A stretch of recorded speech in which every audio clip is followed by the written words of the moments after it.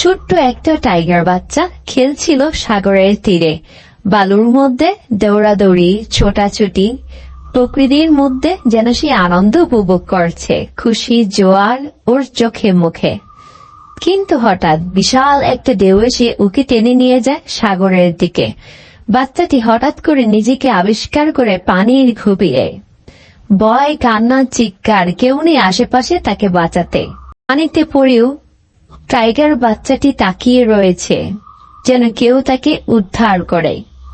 কিন্তু সৈকতে দাঁড়িয়ে সবাই শুধু তাকিয়ে আছে, কেউ এগিয়ে আসছে না। ঠিক তখনই দূর থেকে ছুটে আসে একটি সিংহ। সে কারো কথা শোনেনি, কারো ভয় পায়নি। সে শুধু জানতো এই ছোট্ট প্রাণটা বাঁচাতে হবে। সিংহটা পানিতে ঝাঁপিয়ে পড়ে মুখ দিয়ে তুলে ধরে বাচ্চা টাইগারটাকে। ধীরে ধীরে এনে ফেলে নিরাপদ জায়গায়। টাইগার বাচ্চাটা তখন কাঁপছে, কিন্তু সে বেঁচে আছে। টাইগার বাচ্চাটা সিংহটার দিকে তাকিয়ে রয়েছে কৃতজ্ঞতার চোখে। সিংহটা ফিরে তাকায় একবার, যেন বলছে ভালোবাসা রক্ত দেখে হয় না, হৃদয় দিয়ে হয়।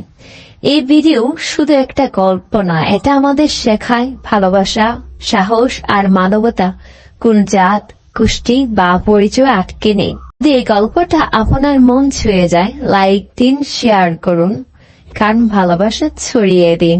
Thanks for watching. Please subscribe my channel.